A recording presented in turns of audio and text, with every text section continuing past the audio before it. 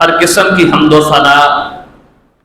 اللہ جل جلالہ کی شان اقدس کے لیے خاص۔ وہ رب کریم جو تمام کائنات کا اکیلا خالق، مالک، رازق، داتا و گنج بخش ہے۔ اس کے بعد لاکھوں کروڑوں درود و سلام ہستی اقدس جناب محمد الرسول اللہ صلی اللہ علیہ وسلم کی ذات گرامی پر۔ معزز سامعین کرام، اللہ تعالی جب کسی انسان کو اپنی طرف سے سب سے زیادہ عزت اور احترام دینے کا ارادہ کرتے ہیں تو اس کی نسبت اپنی طرف کر دیتے ہیں۔ جس طرح جتنے بھی انبیاء ہیں انسان تھے، لیکن سب کی رفعت، بلندی، مقام، عزت، احترام ساتھ نبی ہونے سے یا رسول اللہ ہونے کے ساتھ ہے۔ باقی دنیا میں جتنے بھی انسان ہیں ہر انسان برابر ہے، لیکن جس کی نسبت رب کی طرف ہو جائے اس کو ولی اللہ قرار دیا جائے، اس کی عزت اور رفعت کے اندر اللہ بلندی کر دیتے ہیں۔ اسی طرح جب اللہ کسی جگہ کو مقام دینا چاہتے ہیں تو اس کی نسبت بھی اللہ اپنی طرف کر دیتے ہیں اور اس نسبت سے اس کا مقام بھی بڑھ جاتا ہے۔ دنیا میں باقی مساجد بھی ہیں، وہاں بھی نمازیں ہوتی ہیں، وہاں نماز پڑھنے کا ثواب بھی ہے، لیکن بیت اللہ اللہ کی طرف نسبت ہے، زمین کا ایک ٹکڑا ہے، اللہ نے اپنی طرف اس کی نسبت کی، مقام بڑھ گیا، عزت بڑھ گئی اور حرمت والا قرار دیا گیا۔ اسی طرح اللہ تعالی جب مہینوں میں کسی مہینوں کو رفعت مقام دینا چاہتے ہیں تو اس میں بھی اپنی طرف نسبت کر دیتے ہیں۔ اور جو مہینہ ہم گزار رہے ہیں، رسول اللہ صلی اللہ علیہ وسلم نے ارشاد فرمایا، شہر اللہ المحرم، محرم یہ اللہ کا مہینہ ہے، اللہ نے اس کو عزت دی ہے۔ اور آج کے جمعہ میں 4 باتیں ہم محرم کے حوالے سے دیکھیں گے۔ 4 باتوں کے بارے میں کوشش کروں گا کہ ہم علم حاصل کریں قرآن و حدیث کی روشنی میں، تاکہ ہم محرم کا بہترین انداز سے احاطہ کر سکیں۔ پہلی چیز، ہم سب جانتے ہیں کہ محرم بڑا ہی عزت والا، بڑا ہی مقام والا مہینہ، لیکن یاد رکھیے نہ کسی بندے کی نسبت کی وجہ سے، نہ کسی واقعے کی نسبت کی وجہ سے، نہ کسی حادثے کی نسبت کی وجہ سے کبھی بھی کوئی بھی چیز وہ عزت اور مقام والی نہیں ہوتی۔ عزت اور مقام تب ہوتا ہے جب اللہ کی طرف سے یا رسول اللہ صلی اللہ علیہ وسلم کی طرف سے آرڈر اور حکم ہوتا ہے۔ دیکھیے سیدنا عمر رضی اللہ تعالیٰ عنہ کھڑے ہوئے حجر اسود کے پاس اور کہنے لگے، تو بھی جانتا ہے، میں بھی جانتا ہوں کہ تو ایک پتھر کے سوا کچھ بھی نہیں ہے، نہ تو نفع دے سکتا ہے نہ تو نقصان دے سکتا ہے۔ ہم آپ کو چومتے اس لیے ہیں کیونکہ اللہ کے پیغمبر نے آپ کو چوما ہے اور چومنے کا حکم دیا ہے۔ ہمارا عقیدہ آپ کے ساتھ کسی اعتبار سے کوئی منسلک نہیں ہے، ہاں عقیدت ہے، عقیدہ نہیں ہے، عقیدت ہے۔ اور وہ کس وجہ سے ہے؟ کیونکہ میرے پیغمبر نے آپ کو بوسہ دیا۔ رسول اللہ صلی اللہ علیہ وسلم کے صحابی سیدنا عمر رضی اللہ تعالی بیت اللہ سے مخاطب ہو کر کے کہتے ہیں، میں جانتا ہوں تو اللہ کا گھر ہے، لیکن تو بھی کوئی نفع نقصان نہیں دے سکتا، نفع نقصان اللہ دے گا۔ ہاں تیری عزت رفعت بلندی ہے، وہ اللہ نے تجھے مقام عطا کیا ہے۔ جب تک اللہ اور اس کے رسول کی طرف سے کسی چیز کی بلندی، مقام، عزت، شرف اس کو بیان نہیں کیا جاتا، کوئی ایک حادثہ، کوئی ایک واقعہ، کوئی ایک انسان کسی بھی چیز کو کوئی بلندی نہیں دے سکتا۔ اسی طرح ہمارا یہ عقیدہ ہے، اور یہ یاد رکھیے، آج اس بات کو سمجھ کر کے جائیے کہ ہم محرم کو احترام کے قابل کیوں سمجھتے ہیں، ہم محرم کے ساتھ عقیدت والا پہلو کیوں رکھتے ہیں۔ ہمارے ہاں یہ مشہور ہے، ہم کہتے ہیں محرم الحرام، محرم حرمت والا مہینہ ہے، حرام کا معنی اس کی عزت اور بلندی اور مقام ہے، لیکن کیوں ہے؟ یہ کسی ایک واقعے کی وجہ سے نہیں ہے، یہ کسی ایک حادثے کی وجہ سے نہیں ہے، یہ کسی ایک انسان کی طرف نسبت کی وجہ سے نہیں ہے۔ کیوں ہے؟ سورہ توبہ اللہ کہتے ہیں ان عدت الشہور عند اللہ 12 شہرا فی کتاب اللہ یوم خلق السماوات والارض منها 4 حرم۔ اللہ کہتے ہیں کہ جب میں نے زمین و آسمان کو بنایا تھا تو میں نے 12 مہینے مقرر کر دیے تھے، اور ان 12 مہینوں میں سے منها 4 حرم، میرے اللہ نے کہا میں نے 4 مہینوں کو حرمت والا بنایا۔ اور کب بنایا؟ زمین و آسمان کے پیدا ہونے کے وقت، ان سے پہلے اللہ نے اس کو حرمت والا بنایا۔ 4 مہینے اللہ کہتے ہیں منہا 4 حرم، سورہ توبہ ہے، اللہ کہتے ہیں 4 مہینے میں نے حرمت والے بنائے ہیں۔ اب وہ 4 مہینے کون سے ہیں؟ وضاحت کرے گئی، قرآن مجید کی وضاحت حدیث کرتی ہے، اور یہاں سے پتہ چلتا ہے کہ اللہ تعالیٰ نے آپ صلی اللہ علیہ وسلم کے اوپر حدیث بھی وحی کی ہے، آپ صلی اللہ علیہ وسلم کا ذاتی اجتہاد نہیں ہے، ورنہ کوئی انسان کیسے اپنے اجتہاد سے کہہ سکتا ہے کہ فلاں مہینہ حرمت والا ہے۔ اللہ تعالیٰ نے آپ صلی اللہ علیہ وسلم کے اوپر حدیث کو بھی وحی کیا ہے، جبرائیل نے آ کر کے بتایا علیہ السلام۔ صحیح بخاری کی حدیث ہے، رسول اللہ صلی اللہ علیہ وسلم نے فرمایا الزمان قد استدار كهيئته يوم خلق السماوات والارض۔ پہلے پہل آپ صلی اللہ علیہ وسلم کے آنے سے پہلے کفار مکہ یہ کرتے، لڑائی شروع کر لیتے۔ اب دیکھا کہ آگے محرم کا مہینہ یا ذوالقعدہ کا مہینہ آ رہا ہے، اب ذوالقعدہ کا مہینہ تو حرمت والا ہے، دیکھا کہ ہمارا نقصان زیادہ ہو گیا، ہماری جس کے ساتھ لڑائی چل رہی ہے ان کے کم بندے مرے، ہمارے زیادہ مر گئے، تو کیا کرتے کہ یار اگلا مہینہ آنا تو ذوالقعدہ کا تھا، ہم اس کو نام دے دیتے ہیں رجب کا، ہم اس کو نام دے دیتے ہیں شعبان کا، ہم اس کو نام دیتے ہیں سفر کا، سفر کی جگہ پہ ذوالقعدہ کو لے آئیں گے۔ یعنی حرمت والے مہینے کا احترام کرتے تھے لیکن چینج کر لیتے تھے مہینوں کو۔ اللہ کے پیغمبر نے فرمایا الزمان قد استدار كهيئته يوم خلق السماوات والارض۔ اللہ نے جب آسمان و زمین کو پیدا کیا تھا، جس طرح زمانے کی تشکیل کی تھی، آج کے بعد اسی طرح سے وہی 12 مہینے چلیں گے۔ وہ 12 مہینے محرم سے شروع ہوتے ہیں، ذوالحجہ کے اوپر مکمل ہوتے ہیں۔ پھر آپ نے فرمایا منہا 4 حرم، ان 12 مہینوں میں 4 مہینے حرمت والے ہیں۔ پھر آپ نے حد بندی کی، صحیح بخاری کی حدیث میں آپ نے فرمایا 3 متوالیات، 3 مہینے لگاتار پے در پہ مسلسل ہیں، ذوالقعدہ، ذوالحجہ اور محرم، یہ 3 مہینے لگاتار ہیں۔ ذوالقعدہ اور ذوالحجہ یہ سال کے آخری 2 مہینے ہیں، اور محرم سال کا ابتدائی مہینہ، مسلمانوں کے سال کا ابتدائی ہے۔ اور آپ نے فرمایا ورجب مضر، اور آپ نے فرمایا 4تھا مہینہ وہ رجب کا مہینہ ہے۔ پہلی بات قرآن نے یہ کی کہ 4 مہینے اللہ نے حرمت والے بنائے، ان کی حرمت اللہ نے قرار دیا، ان کو حرمت والا، ان کی عزت اللہ نے دی ہے۔ وہ 4 مہینے کون سے ہیں؟ ان کی حد بندی میرے اور آپ کے پیغمبر جناب محمد رسول اللہ صلی اللہ علیہ وسلم نے فرمایا ذوالقعدہ، ذوالحجہ، محرم اور رجب، یہ 4 مہینے ہیں، یہ حرمت والے ہیں۔ ان کی عزت، ان کا مقام وہ اللہ کی طرف سے کسی ایک واقعے کی وجہ سے نہیں، کسی ایک شخصیت کی وجہ سے نہیں، کسی ایک حادثے کی وجہ سے نہیں ہے۔ ان کی عزت ہے تو میرے رب کے کہنے کی وجہ سے، ان کا احترام ہے تو اللہ کے پیغمبر کے کہنے کی وجہ سے۔ اور پھر یہ مہینہ اس قدر اہم، اس قدر ضروری، مسلمانوں کے لیے اس قدر اہمیت کا حامل کہ اللہ کے پیغمبر نے فرمایا شہر اللہ المحرم، اللہ کہتے ہیں یہ میرا مہینہ ہے، اللہ نے اپنی طرف اس کی نسبت کی ہے۔ اور یاد رکھیے جس کی نسبت اللہ کی طرف ہو جائے وہ عزت والا مہینہ ہو جاتا ہے، وہ احترام کے قابل ہو جاتا ہے۔ اب جب ہم یہ دیکھ چکے ہیں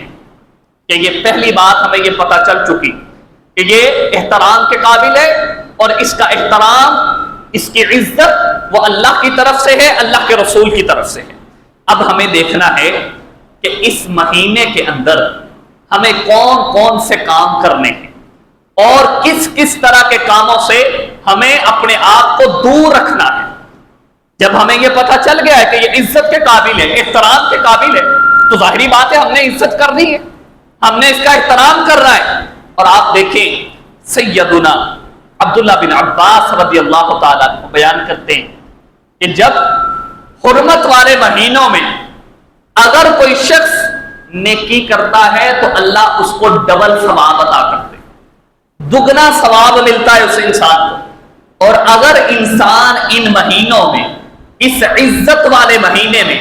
اس احترام کے قابل مہینے میں اگر کوئی شخص گناہ کرے گا تو اس کو ثواب ڈبل ملے گی۔ اب ہمیں دیکھنا ہے ہم نے نیکیوں کو سمیٹنا ہے یا ہم نے جان بوجھ کے گناہوں کی طرف جانا ہے۔ رسول اللہ صلی اللہ علیہ وسلم کا عمل ان مہینوں میں کیا ہوتا تھا؟ یا محرم کا مہینہ ہے، اس کے اندر اللہ کے پیغمبر کس طرح کے اعمال کرتے تھے؟ عبداللہ بن عباس رضی اللہ تعالیٰ عنہ کہتے ہیں قادم رسول اللہ صلی اللہ علیہ وسلم المدینہ فوجد الیہود یصومون،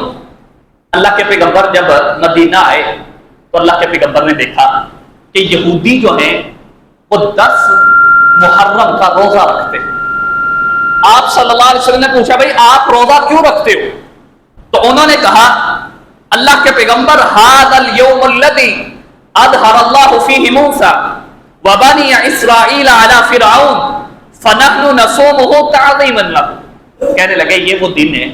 جس دن اللہ نے موسیٰ علیہ السلام کو نبوت دی، یہ وہ دن ہے جس دن اللہ تعالی نے موسیٰ علیہ السلام اور ان کے حواریوں کو فرعون سے نجات دی اور فرعون کو غرق کر دیا۔ تو اس کی تعظیم کے لیے، اس کے شکریہ کے لیے ہم اس دن کا روزہ رکھتے ہیں۔ یاد رکھیے یہ وہ مہینہ ہے جو آپ صلی اللہ علیہ وسلم سے پہلی امتوں کے لیے بھی حرمت والا تھا، وہ بھی ان کا عزت اور احترام کرتے تھے۔ میں اس لیے بار بار آپ سے یہ بات کہہ رہا ہوں، کسی ایک شخصیت کی وجہ سے یہ حرمت نہیں ہے، کسی ایک واقعے کی وجہ سے حرمت نہیں ہے، یہ اللہ کی طرف سے احترام ہے اور یہ آپ صلی اللہ علیہ وسلم کی امت سے پہلے بھی یہ احترام موجود تھا۔ یہودی روزہ رکھا کرتے تھے، آپ صلی اللہ علیہ وسلم نے ارشاد فرمایا نحن اولا بموسیٰ، ہم موسیٰ علیہ السلام سے زیادہ تعلق رکھتے ہیں آپ کی بنسبت، اس لیے ہم بھی 10 محرم کا روزہ رکھا کریں۔ یہاں سے 2 باتیں میں ضمناً ایک بات ذکر کر کے انشاءاللہ اپنے موضوع کو آگے لے کر کے چلتا ہوں۔ دیکھیے رسول اللہ صلی اللہ علیہ وسلم کے آنے سے پہلے بھی شکریہ کا ایک انداز موجود تھا، خوشی کا ایک انداز موجود تھا۔ وہ کیا ہے کہ وہ روزہ رکھا کرتے تھے، اللہ کے حضور سجدے میں پڑا کرتے تھے، اللہ کے لیے عبادت کو بجا لاتے تھے۔ یہ خوشی کا انداز ہے۔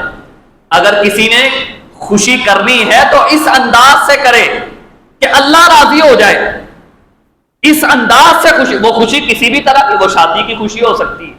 وہ انسان کسی دنیا کے اندر کاروبار کی کامیابی کی خوشی ہو سکتی ہے، وہ دنیا کے اندر کسی عہدے کی خوشی ہو سکتی ہے۔ اللہ کے پیغمبر ایک خوشی کا انداز دے کے جا رہے ہیں کہ اگر کسی نے خوشی کے موقع کے اوپر اپنی خوشی کو سیلیبریٹ کرنا ہے تو وہ ایسے کرے کہ اللہ کو راضی کرے۔ رسول اللہ صلی اللہ علیہ وسلم کے بارے میں صحابہ بیان کرتے ہیں کہ اللہ کے پیغمبر کو اذا حضبہ امر فصلی، آپ صلی اللہ علیہ وسلم کو کبھی کوئی پریشانی ہوتی فوراً نماز، اللہ کے پیغمبر کو کوئی آ کر کے خوشی کی بات بتاتا اللہ کے پیغمبر فوراً سجدے میں گر جاتے۔ یہ خوشی کا انداز ہے کہ اپنی خوشی کے اندر بھی اللہ کو راضی کیا جائے۔ اب اللہ کے پیغمبر کہہ رہے ہیں کہ موسیٰ علیہ السلام کو چونکہ اللہ تعالیٰ نے فرعون سے نجات دی، وہ شکریہ کے طور پہ 10 محرم کا روزہ رکھا کرتے تھے، اس لیے ہم بھی روزہ رکھا کریں گے۔ اور اللہ کے پیغمبر روزہ رکھتے رہے، یہاں تک کہ اللہ کے پیغمبر نے فرمایا الصوم یوم عاشوراء یکفر السنۃ التی الماضیہ، اللہ کے پیغمبر نے فرمایا جو شخص 10 محرم کا روزہ رکھتا ہے اللہ اس کے پچھلے سال کے گناہوں کو معاف کر دیتے ہیں۔ پہلی چیز یہ پتہ چلی کہ دین اسلام کے اندر 4 مہینے حرمت والے ہیں، ان کی حرمت اللہ کی طرف سے، دوسری بات یہ پتہ چلی کہ جب یہ حرمت والے تعظیم کے قابل عزت کے قابل مہینے ہیں تو ان میں عبادت کی جائے، اللہ کو راضی کیا جائے، ان کے اندر کثرت سے استغفار کیا جائے، روزہ رکھا جائے اور کوشش کی جائے کہ اللہ کو راضی کر لیا جائے۔ کیونکہ میں نے جیسے پہلے عرض کیا، عبداللہ بن عباس رضی اللہ تعالیٰ عنہ کہتے ہیں کہ جو ان مہینوں کے اندر، محرم کے اندر جو بھی نیکی کرتا ہے اللہ اس کو دگنا ثواب عطا کرتے ہیں، اور اگر گناہ کرتا ہے تو سزا بھی ڈبل ملے گی، سنگینی بھی بڑھ جائے گی، جرم ہے تو جرم کی سزا بھی ڈبل، اور اگر نیکی ہے، خیر ہے تو خیر بھی اللہ بڑھا چڑھا کر کے انسان کو عطا کرتے ہیں۔ لیکن اس مہینے میں ہمیں ایک کام اور بھی کرنا ہے، جہاں ہم نے نیکیوں کی طرف آگے بڑھنا ہے وہاں کوشش کرنی ہے کہ کہیں ایسا نہ ہو کہ ہم بدعت کے اندر پڑ جائیں، کہیں ایسا نہ ہو کہ ہم کام اپنی طرف سے نیکی والا کریں، اپنی طرف سے ہم اس انداز سے عمل کریں کہ یہ ہمارا سب سے بڑا پیک والا عمل ہے، اس عمل کی وجہ سے ہم اللہ کے حضور نوازے جائیں گے، اس عمل کی وجہ سے ہم جنت کے راستے کے اوپر گامزن ہو جائیں گے، لیکن کہیں ایسا نہ ہو کہ وہ عمل ہمیں جہنم کی طرف لے جانے کا باعث بن جائے، وہ عمل ہمیں کہیں ایسا نہ ہو کہ اللہ تعالیٰ کی طرف سے حکم ہو اور ہمیں وہی عمل جو ہے وہ اللہ کے حضور دھتکارنے کا باعث بن جائے۔ اسی وجہ سے پیارے بھائیوں، اللہ تعالیٰ نے قرآن مجید میں بڑے واضح انداز میں اس بات کو بیان کیا۔ اللہ فرماتے ہیں قُلْ هَلْ نُنَبِّئُكُمْ بِالْأَخْسَرِينَ أَعْمَالًا الَّذِينَ ضَلَّ سَعْيُهُمْ فِي الْحَيَاةِ الدُّنْيَا وَهُمْ يَحْسَبُونَ أَنَّهُمْ يُحْسِنُونَ صُنْعًا۔ اللہ کہتے ہیں قل، اے پیغمبر انہیں کہیے، هل انبئکم بالاخسرین اعمالا، کیا ہم تمہیں هل ننبئکم بالاخسرین اعمالا، کیا ہم تمہیں بتائیں کون سے ایسے لوگ ہیں جو اعمال کے اعتبار سے سب سے زیادہ خسارے میں، خسارے کے اندر پڑے ہوئے، عمل بڑے ہیں، ان کے کام ہیں، ان کی نمازیں ہیں، بلکہ نمازیں کر کر کے ماتھے کے اوپر محراب بنا ہوا ہے، نشانات پڑے ہوئے، ساری کی ساری زندگی لگا دیے، عمل بڑے، لیکن اللہ کہہ رہے ہیں، قرآن مجید ہے، سورہ کہف ہے، آخری رکوع ہے، اللہ کہہ رہے ہیں ان کا عمل خسارے والا ہے، ان کا عمل جنت والا ہے ہی نہیں، یہ عمل جہنم والا ہے۔ اور اللہ تعالیٰ نے آگے وضاحت کی، الذین ضل سعیہم فی الحیاۃ الدنیا، دنیا کی زندگی میں جتنی محنتیں ہیں ساری اللہ نے ضائع کر دی، دنیا میں جتنی اس نے کوششیں، محنتیں، جو بھی اس نے کیا، اللہ کہتا ہے ضل سعیہم، ان کی ساری محنتیں ضائع ہو گئی، اور حالانکہ ان کا کیا تھا، وَهُمْ يَحْسَبُونَ أَنَّهُمْ يُحْسِنُونَ صُنْعًا، یہ اپنی طرف سے ایسے تھے کہ یہ سوچ رہے تھے ہم بڑا نیکی والا کام کر رہے ہیں، ہم بڑا ہی بہت بڑا نیکی والا کام کر رہے ہیں، وَهُمْ يَحْسَبُونَ، ان کا خیال یہ تھا أَنَّهُمْ يُحْسِنُونَ صُنْعًا کہ وہ بڑا ہی نیکی والا کام کر رہے ہیں، لیکن اللہ کہتے ہیں یہ سب سے بڑے خسارے میں، انہوں نے دنیا کی آسائشوں کو بھی چھوڑا، دنیا کی رنگینیوں کو بھی چھوڑا، اپنی طرف سے نیکی والا کام کیا، لیکن وہ نیکی والا کام نہیں تھا، وہ بدعت تھا،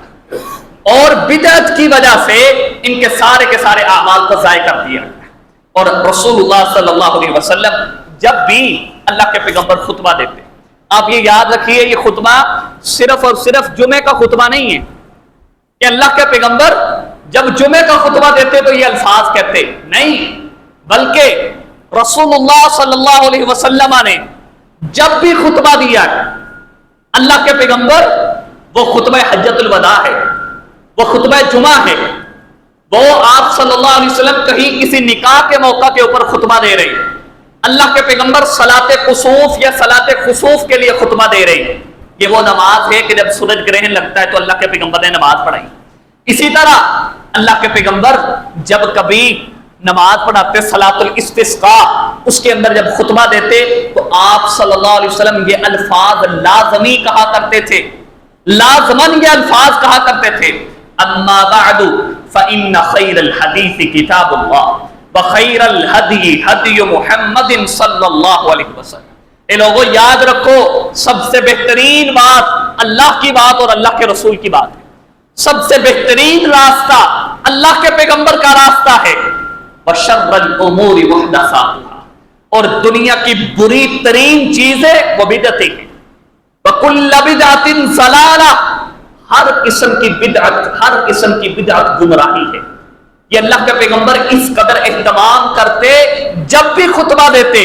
اللہ کے پیغمبر یہ الفاظ لازمی کرتے، کُلَّ بِدْعَةٍ ضَلَالَةٍ، ہر قسم کی بدعت گمراہی ہے. وَكُلَّ ضَلَالَةٍ فِي النَّارِ، ہر قسم کی گمراہی انسان کو جہنم میں لے کر کے جائے گی. ہمارے ہاں یہ بڑا مشہور ہے، کچھ لوگ کہتے ہیں جی ایک بدعت حسنہ ہوتی ہے اور ایک بدعت سیئہ ہوتی ہے. ایک اچھی بدعت ہوتی ہے اور ایک بری بدعت ہوتی ہے. آپ دیکھیں اللہ کے پیغمبر کیا کہہ رہے ہیں، کل بدعت، ہر بدعت، کل بدعت ضلالہ، ہر بدعت گمراہی ہے. میں اور آپ یا آج کل کے مولوی کہیں کہ نہیں ایک بدعت حسنہ ہوتی ہے، اچھی ہوتی ہے بدعت ہے، اور ایک بدعت بری ہوتی ہے، جبکہ اللہ کے پیغمبر کیا کہہ رہے ہیں، کل بدعت ضلالہ، ہر قسم کی بدعت گمراہی ہے. یہ ہمیں یا مجھے یا آپ کو کس نے حق دے دیا کہ آپ کسی چیز کو اچھا کہیں، کسی چیز کو برا کہیں؟ کہتے جی عقل اس بات کو مانتی نہیں ہے، یا عقل میں یہ خیر کی بات آتی ہے، لگتا ہے ایسے یہ عقل ہے. کیسی عقل ہے؟ یہ دیوار کے پیچھے کچھ دیکھ نہیں سکتا بندہ، بندے کو کسی بات کا علم نہیں ہے، اس کے بارے میں کچھ پرکھ نہیں سکتا، یہ کیسی عقل ہے؟ عقل کو تابع کیا جائے گا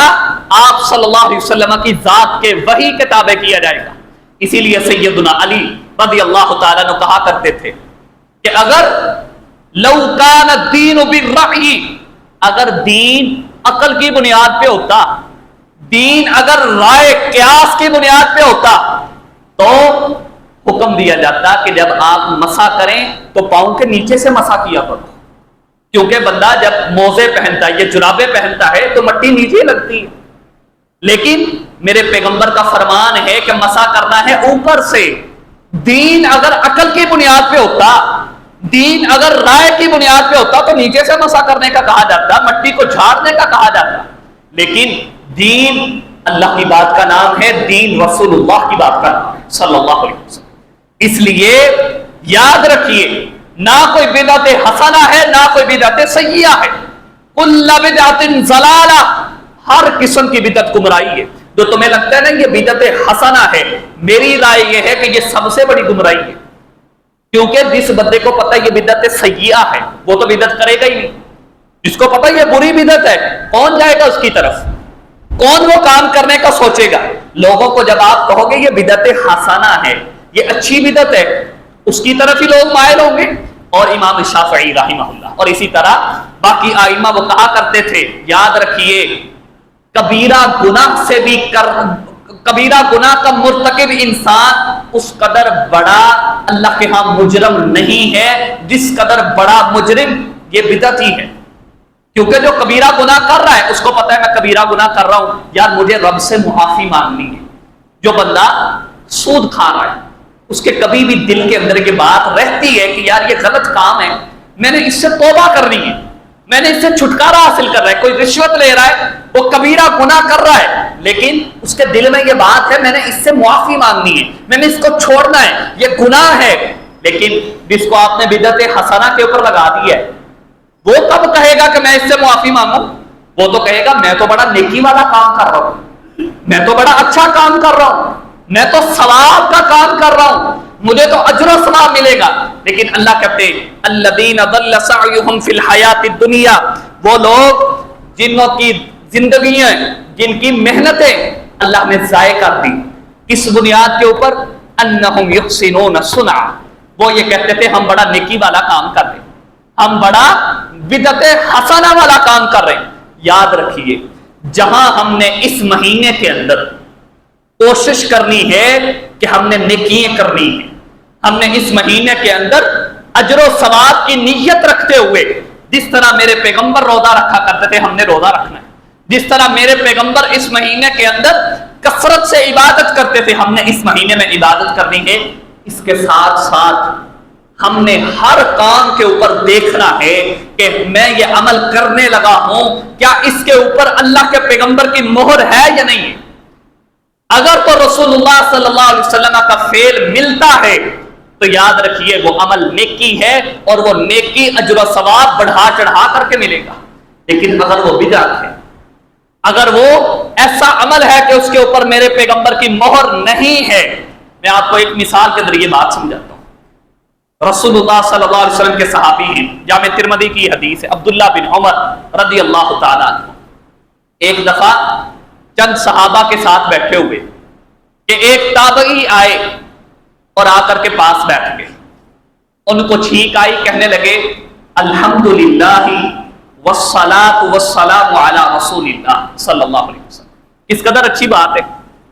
اللہ کے پیغمبر کے اوپر حمد بھی کی, اللہ تعالیٰ کی تعریف بھی کی, اور رسول اللہ صلی اللہ علیہ وسلم کے اوپر درود بھی پڑھ دیا. دیکھنے میں کس قدر اچھا ہے, سننے میں کس قدر زبردست کلمہ ہے. عبداللہ بن عمر رضی اللہ تعالیٰ عنہ پاس بیٹھے ہوئے صحابی چہرہ سرخ ہو گیا, غصے میں آ گئے, کہنے لگے ہاکذا اقول, اور میرے بھائی جس طرح تم نے بات کی ہے اس طرح میں بھی یہ کلمہ کہہ سکتا ہوں. ہم نے شب و روز اللہ کے پیغمبر کے ساتھ گزارے,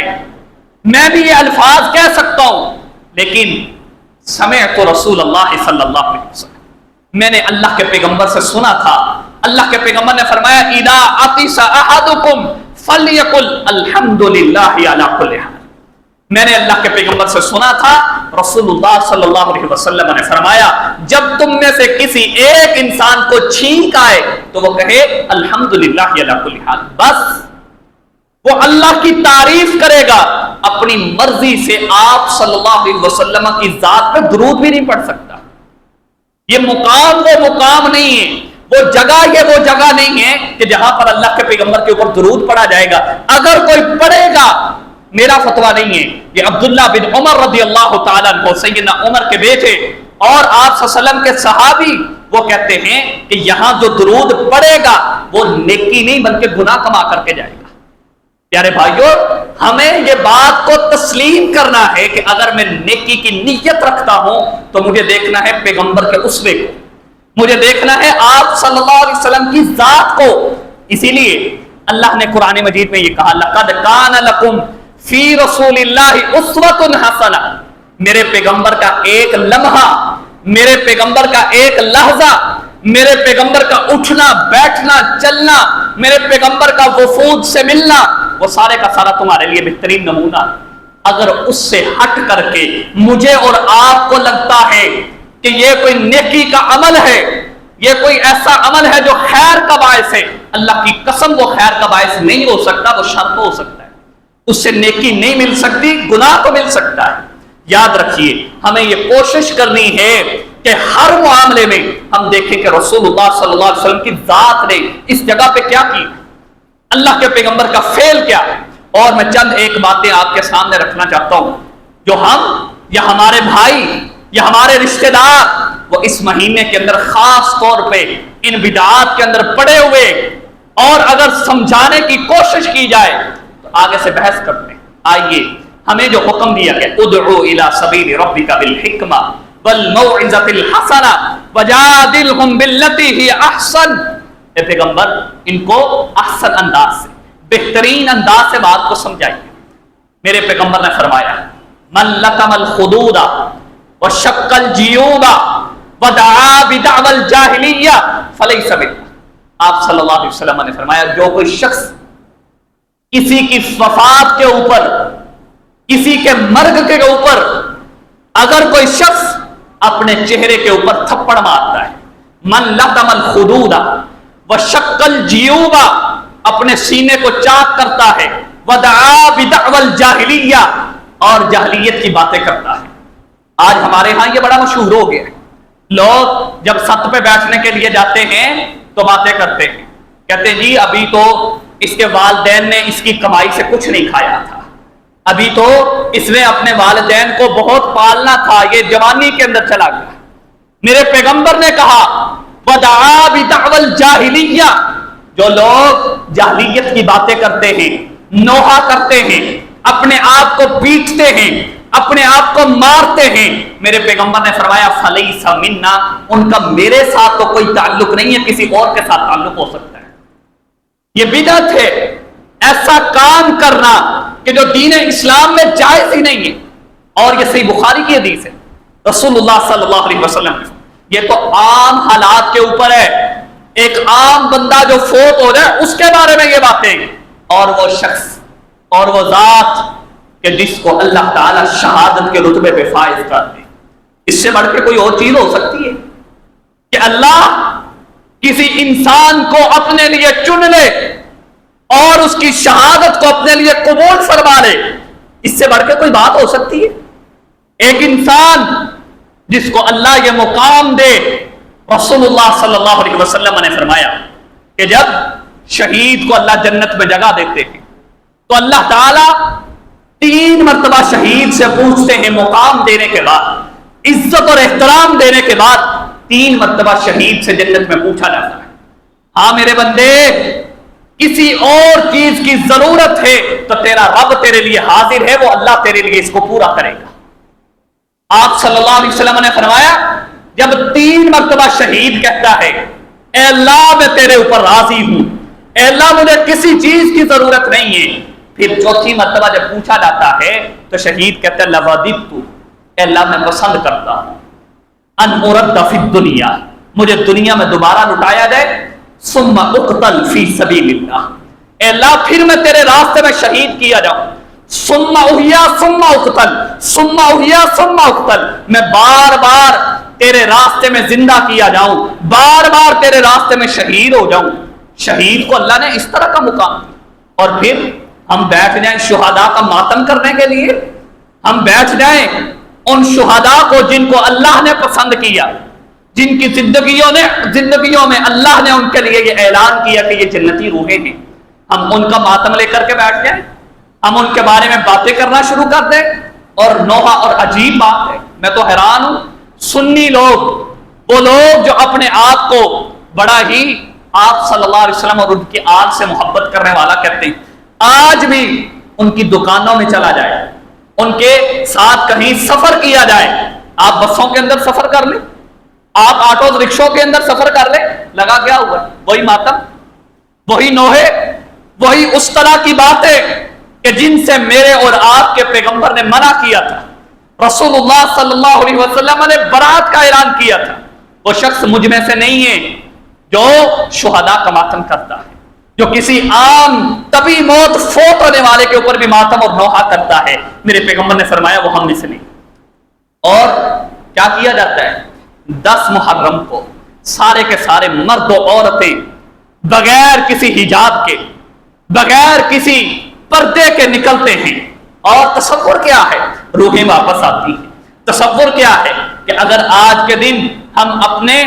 کسی بھی پیارے کی قبر کے اوپر مٹی ڈالیں گے، ان کے عذاب کے اندر جو ہے وہ کمی ہو جائے گی۔ تصور کیا ہے؟ نظریہ، فکر، سوچ کیا ہے کہ اگر آج ہم جائیں گے جا کر کے اوپر پتوں کو اور اسی طرح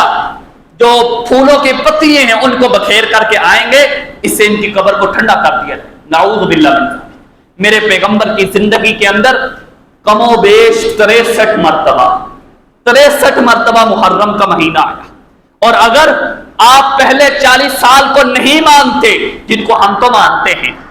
آپ آخری 23 سال کو مان کر کے دیکھیے، میرے پیغمبر کے چچا سیدنا حمزہ رضی اللہ تعالیٰ عنہ اللہ کے پیغمبر کی زندگی کے اندر وفات پائی۔ میرے پیغمبر کی سب سے لاڈلی بیگم میری اور آپ کی والدہ سیدہ خدیجہ رضی اللہ تعالیٰ عنہ، اللہ کے پیغمبر کو سب سے زیادہ ان سے محبت تھی، سیدہ عائشہ رضی اللہ تعالیٰ عنہ۔ تو خیر ضمناً یہ بات آ گئی،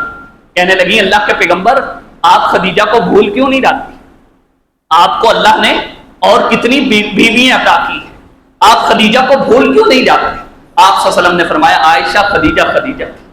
اس کے مقام کو کوئی حاصل نہیں کر سکتا۔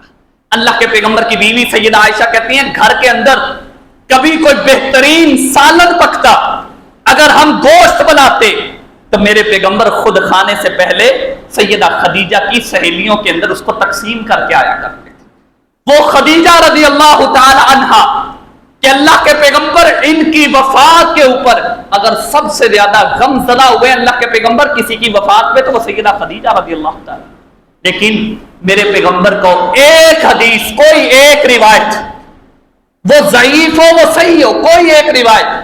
کہ اللہ کے پیغمبر نے 10 محرم کو اپنی بیوی کی قبر پہ جانے کا ارادہ کیا ہو۔ آپ کہہ سکتے ہیں کہ آپ صلی اللہ علیہ وسلم نے تو ہجرت کر لی تھی، میرے پیغمبر کو اللہ نے فتح مکہ سے نوازا، مکہ فتح ہوا، میرے پیغمبر اپنے صحابہ کا لشکر لے کر کے مکہ کے اندر گئے، لیکن میرے پیغمبر نے پھر بھی ارادہ نہیں کیا۔ پیارے بھائیوں، عمل کیجئے نیکی والا، کہیں ایسا نہ ہو کہ ہم ان گناہوں کی زد سے بچتے بچتے ایسا کام کر گزرے جو ہماری نظر میں بڑا نیکی والا کام ہو، لیکن جب اللہ کے پاس، اللہ کے پیغمبر کے پاس ہمیں لے جایا جائے تو میرا پیغمبر پہچاننے سے انکار کر دے۔ کہیں ایسا نہ ہو میرے پیغمبر کا اعلان ہو کہ جائیے ان کو مجھ سے دور کر دیا جائے۔ یہ میں کیوں کہہ رہا ہوں؟ رسول اللہ صلی اللہ علیہ وسلم نے فرمایا کل قیامت کے دن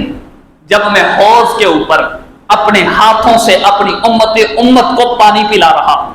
اللہ سے دعا ہے کہ اللہ ہم سب کو وہ نصیب کرے، آپ صلی اللہ علیہ وسلم کے ہاتھ سے حوض کوثر پینا نصیب کر دیتا۔ رسول اللہ صلی اللہ علیہ وسلم نے فرمایا میرے پاس چند لوگوں کو لایا جائے گا، میں ان کو پانی پلانے کی کوشش کروں گا کہ میرے اور ان کے درمیان دیوار کو حائل کر دیا جائے گا، میں کہوں گا امتی امتی امتی، یہ تو میری امت کے لوگ ہیں، یہ تو میرے امتی ہیں۔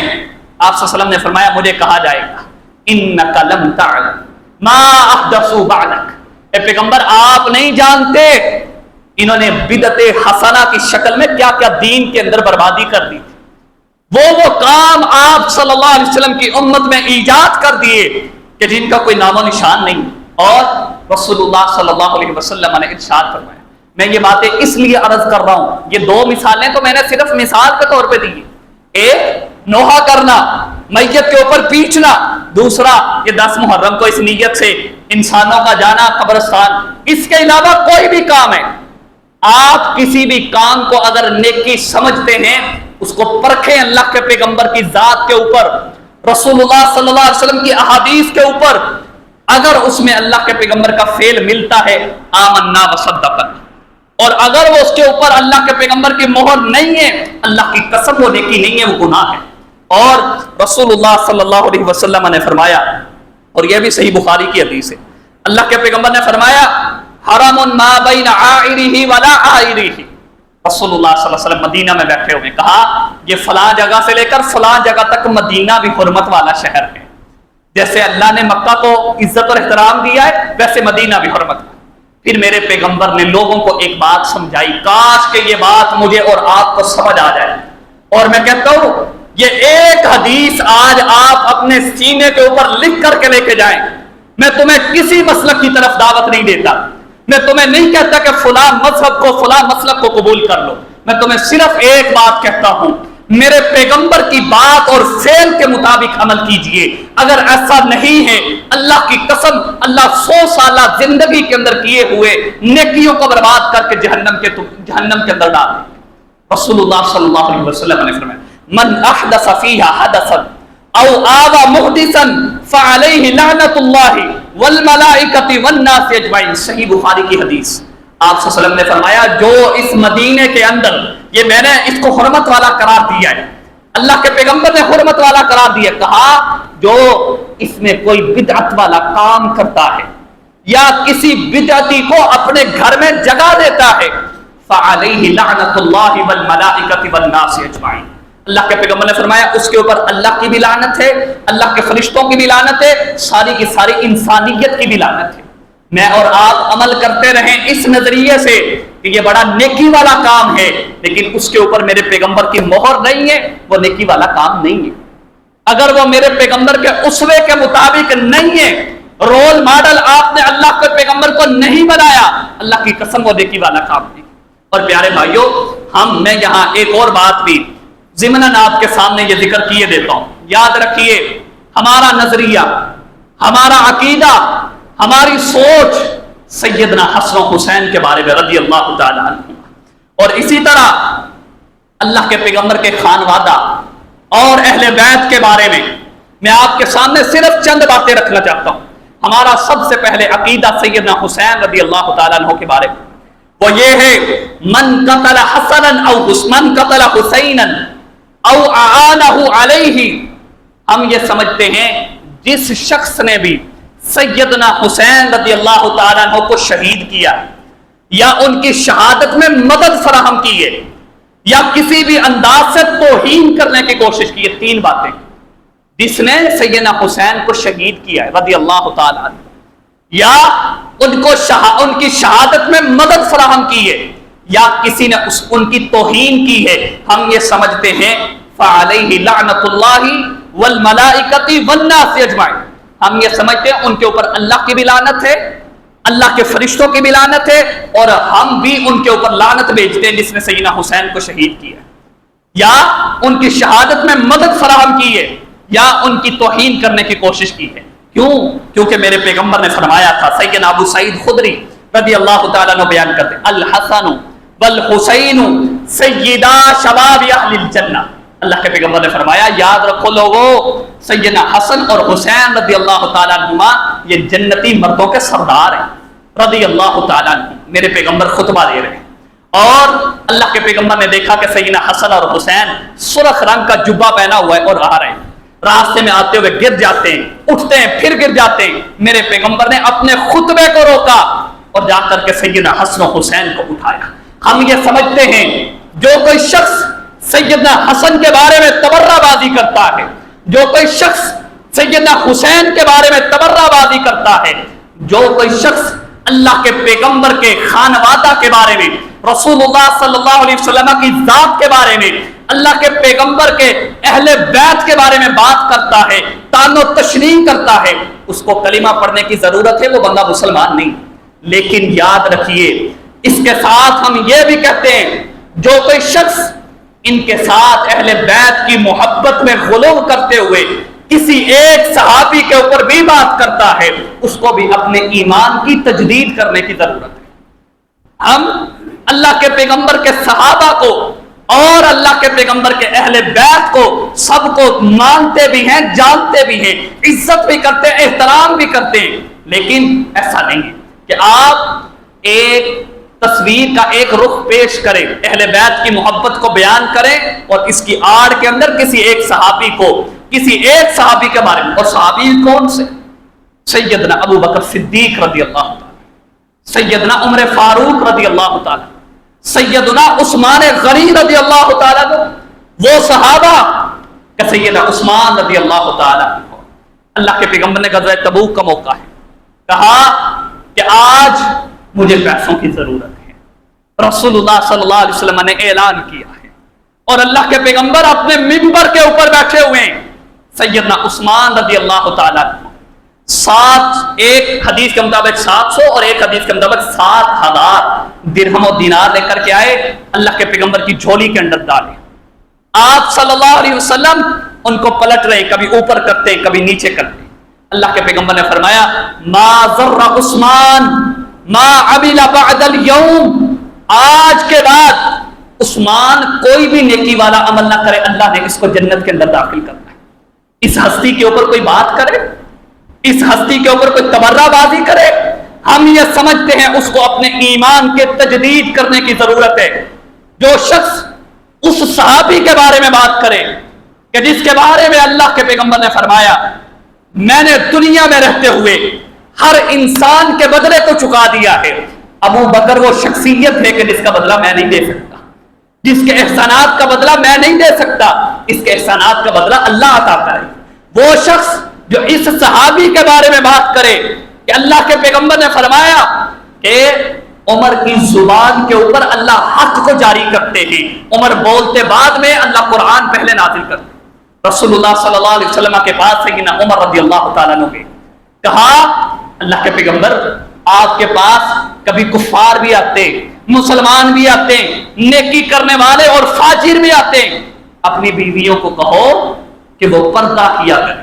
ابھی یہ کہنے کی دیر تھی، وہیں پر بیٹھے ہوئے سیدنا عمر، اللہ نے قرآن مجید نازل کیا، آیات کو نازل کیا، اے پیغمبر اپنی بیویوں کو حکم دے کہ وہ پردہ کیا۔ وہ پیغمبر جس کی زبان اطہر سے، صحیح بخاری کی حدیث ہے، رسول اللہ صلی اللہ علیہ وسلم نے فرمایا عمر جب میں معراج پہ گیا ہوں تو میں نے جنت کے اندر ایک عالی شان محل دیکھا، میں نے پوچھا یہ کس کا محل ہے؟ تو مجھے جبرائیل نے بتایا یہ سیدنا عمر فاروق رضی اللہ تعالیٰ عنہ کا محل۔ کوئی شخص ان اہل بیت کی آڑ لے کر کے اگر ان صحابہ کے اوپر تبرہ بازی کرتا ہے، بات کرتا ہے، تو ہمارا نظریہ اس کے بارے میں پھر یہی ہے کہ اس کو تجدید ایمان کرنا پڑے گا، اس کو تجدید اسلام کرنا پڑے گا۔ ہم یہ سمجھتے ہیں اللہ کے پیغمبر کے اہل بیت سے بڑھ کر کے ہمارے لیے عزت اور مقام کے قابل کوئی شخص نہیں ہے، لیکن ان صحابہ کے بارے میں بات، ان صحابہ کے اوپر تبرہ بازی، سیدنا انس رضی اللہ تعالی، عبداللہ بن عمر رضی اللہ تعالی، متبع بالسنہ کون ہے عبداللہ بن عمر رضی اللہ تعالی، جن کے بارے میں یہ ظالم لوگ، یہ دل کے کالے انسان، جن کے بارے میں نعوذ باللہ من ذالک ظالم کا لفظ بولتے ہیں، ظالم کا کون؟ عبداللہ بن عمر رضی اللہ تعالی عنہ۔ ایک مرتبہ اللہ کے پیغمبر کے پاس بیٹھے ہوئے رسول اللہ صلی اللہ علیہ وسلم نے صرف اپنی خواہش کا اظہار کیا کہ مسجد نبوی کے 2 دروازے، میری یہ خواہش ہے کہ ایک دروازے کو اشارہ کر کے کہا کہ ایک دروازے کو عورتوں کے لیے خاص کر دیا ہے۔ ساری زندگی عبداللہ بن عمر رضی اللہ تعالیٰ عنہ دوبارہ اس دروازے سے مسجد میں داخل نہیں ہوئے کہ اللہ کے پیغمبر کی خواہش تھی یہ دروازہ عورتوں کے لیے خاص کر دیا۔ سیدنا انس رضی اللہ تعالیٰ 10 سال اللہ کے پیغمبر کی خدمت کی۔ ایک مرتبہ یہی سیدنا انس رضی اللہ تعالیٰ چند صحابہ کے ساتھ سفر کر رہے ہیں کہ راستے کے اندر بالکل چٹیل زمین ہے، صاف میدان ہے، ایسے گر گئے، اپنی طرف سے گر گئے، جیسے کسی چیز کے اندر کوئی پاؤں اٹک گیا اور بندہ گر جاتا ہے۔ لوگوں نے پوچھا انس رضی اللہ تعالیٰ یہاں پر تو کوئی ایسی چیز نہیں ہے کہ جس کے اندر اٹک کر کے بندہ گر جائے۔ کہنے لگے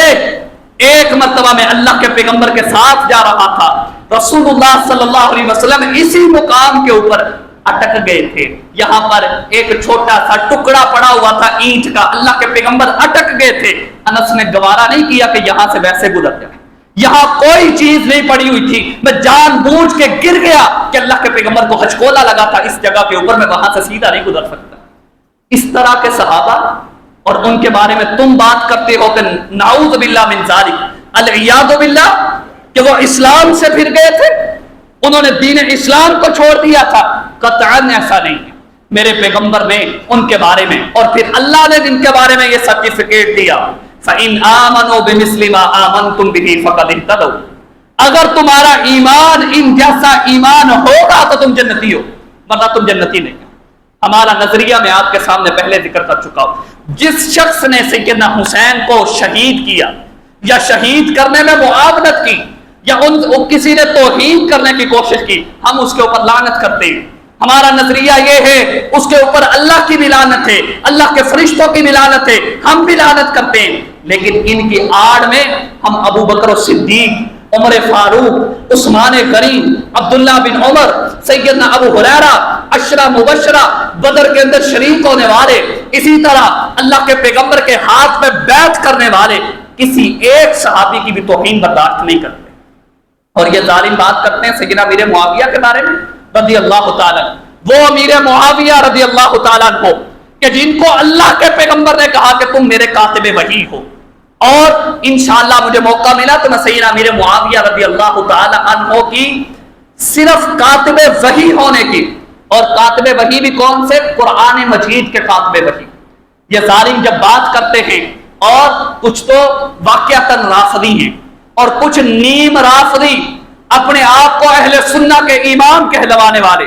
اپنے آپ کو بہت بڑا امام اور مجدد کہنے والے، بہت زیادہ اسٹوڈنٹ کا دعویٰ کرنے والے، وہ بھی سیدنا امیر معاویہ رضی اللہ تعالیٰ عنہ کے اوپر بات کرتے ہیں۔ اور میں انشاءاللہ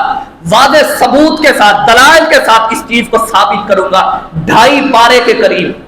2.5 پارے ایسے ہیں کہ جن کے اندر سیدنا امیر معاویہ رضی اللہ تعالیٰ عنہ نے قرآن مجید کو لکھا ہے، اللہ نے وحی نازل کی، اللہ کے پیغمبر نے کہا امیر معاویہ رضی اللہ تعالیٰ عنہ سے کہ آپ اس کو لکھو، اس قرآن کو لکھو۔ یہ ظالم بات کرتے ہیں کہ وہ کاتب وحی نہیں تھے، اور انشاءاللہ اس موضوع کے اوپر گفتگو ہوگی۔ اللہ تعالیٰ سے دعا ہے کہ اللہ تعالیٰ ہمیں محرم کے مہینے کی عزت کرنے کی توفیق عطا فرمائے، اس مہینے میں نیکی کرنے کی توفیق دے، برائی سے بچا کر کے رکھے۔ اللہ سے دعا ہے کہ اللہ ہمیں صحابہ کے ساتھ محبت کرنے کی، عزت اور احترام والا پہلو رکھنے کی توفیق عطا فرمائے۔ وآخر دعوانا ان الحمد للہ رب العالمین۔